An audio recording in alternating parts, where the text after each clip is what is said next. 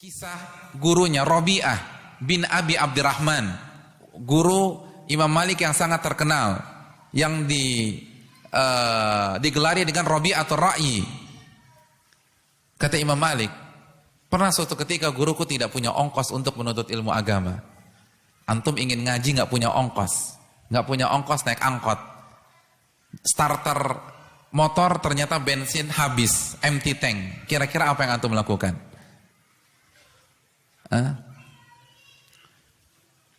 Masuk kamar tidur, baca doa bismika Allahumma amut wa ahya udzur syar'i. Udah, kita tidur aja deh, nggak usah ngaji malam ini. Nggak punya duit, nggak punya fulus. Apa yang dilakukan Rabi'ah? Dia naik ke atap rumahnya, ba'a khosyaba saqfi baiti. Dia ambil gentengnya dan dia jual genteng rumahnya untuk ongkos thalabul ilm. Allahu akbar. Jual genteng rumah untuk ongkos thalabul ilm. Siapa di antara kita pernah jual genteng? Subhanallah. Allahu akbar. Syu'bah bin al-Hajjaj tadi mengatakan apa? Man talabal hadis aflas. Barang siapa yang benar-benar menuntut ilmu hadis, dia bisa bangkrut atau dia akan bangkrut. Itu bukan isapan jempol belaka, dia sudah buktikan. Kata beliau sampai-sampai bi'tu tista umi bisa ba'ati dananir. Aku pernah jual baskom ibuku seharga 7 dinar. 7 dinar berapa? 1 dinar itu 4,25 gram emas. Jadi kalau 1 dinar, anggap saja 2 juta lah emas jatuh harganya. Padahal nggak di atas 2 juta. Anggaplah 2 juta. 7 kali 2 berapa? 14 juta. Jual baskom 14 juta untuk ongkos thalabul ilm. Siapa yang pernah jual baskom emaknya? Subhanallah. Syu'bah. Ishaq bin Rahawai, ulama yang sezaman dengan Imam Ahmad, Imam Syafi'i, itu pernah menikahi janda hanya karena janda itu dapat warisan dari suaminya yang telah meninggal, buku-buku mazhab Syafi'i yang beliau tidak punya. Subhanallah. Nikah dengan janda, alasan utamanya bukan karena kecantikan, bukan karena harta, karena dia diwarisi atau dia mendapatkan warisan buku-buku Syafi'i. Nggak bisa didapatkan kecuali dinikahi dulu, iya apa tidak? Begitu jadi istri kan bukunya bisa kita baca. Subhanallah. Siapa di antara antum ketika ingin melamar seorang akhwat, pertanyaan pertama, apa buku yang anti punya? Subhanallah. Ada? Nggak ada. Jamilah apa enggak, kan begitu. Buku. Itu ulama.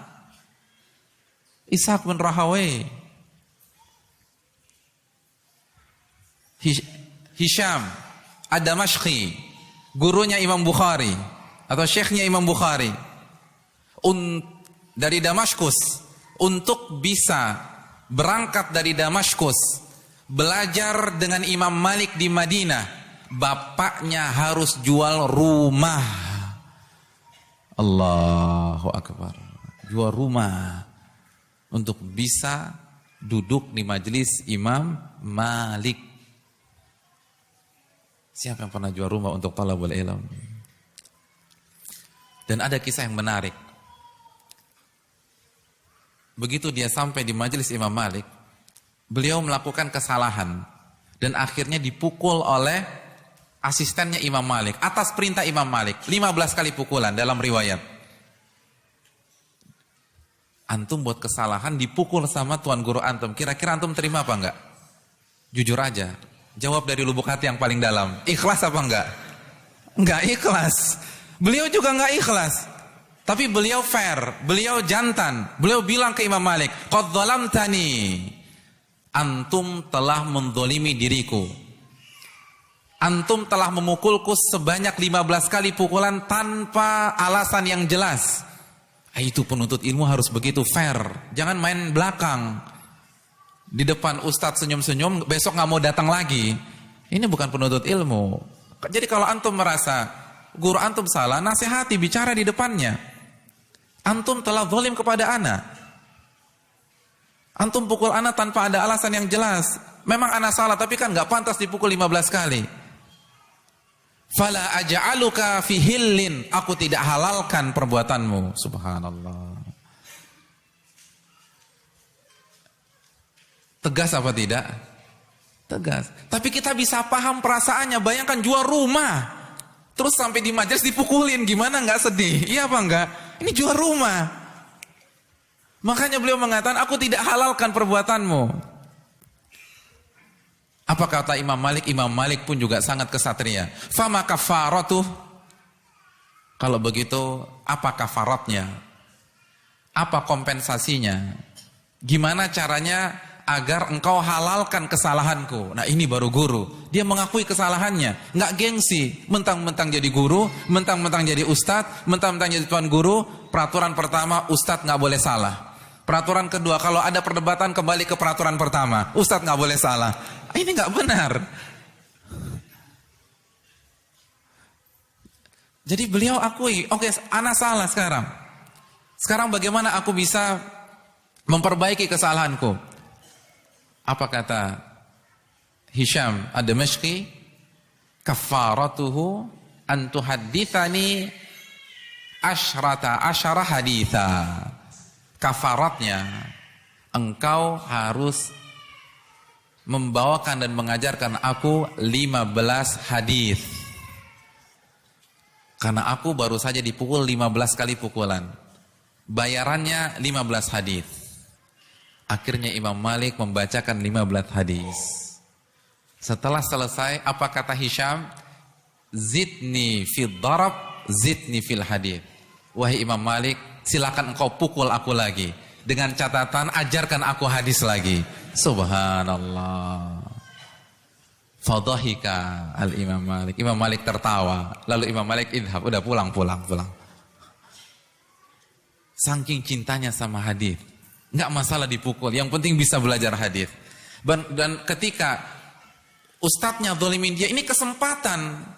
Mungkin kalau nggak begitu, ustadznya nggak punya waktu untuk ngajarkan. Jadi kalau antum dizalimi oleh ustadz antum, namanya juga ustadz, kan bukan malaikat, pasti khilaf. Ini bisa dipraktekkan.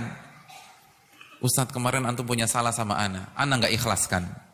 Waduh, gimana dong, masa antum nggak ikhlaskan? Dengan satu syarat, ajarkan ana arba'in nawawiyah sampai khatam. Begitu. Bisa nggak? Itu baru penuntut ilmu agama. Subhanallah. Itu para ulama. Pola pikirnya ilmu. Karena memang mereka memuliakan ilmu agama. Subhanallah. Yahya bin Ma'in itu pernah biaya menuntut ilmu agama yang ia sudah keluarkan alfi dirham, 1.000.000 dirham. Sampai sendalnya pun dijual. Sendalnya dijual, nyeker. Udah habis biaya, nggak ada yang bisa dijual, udah jual sendalnya, dia jalan nyeker. Hanya untuk bisa ngaji. Ini yang harus ditekankan oleh kita semua.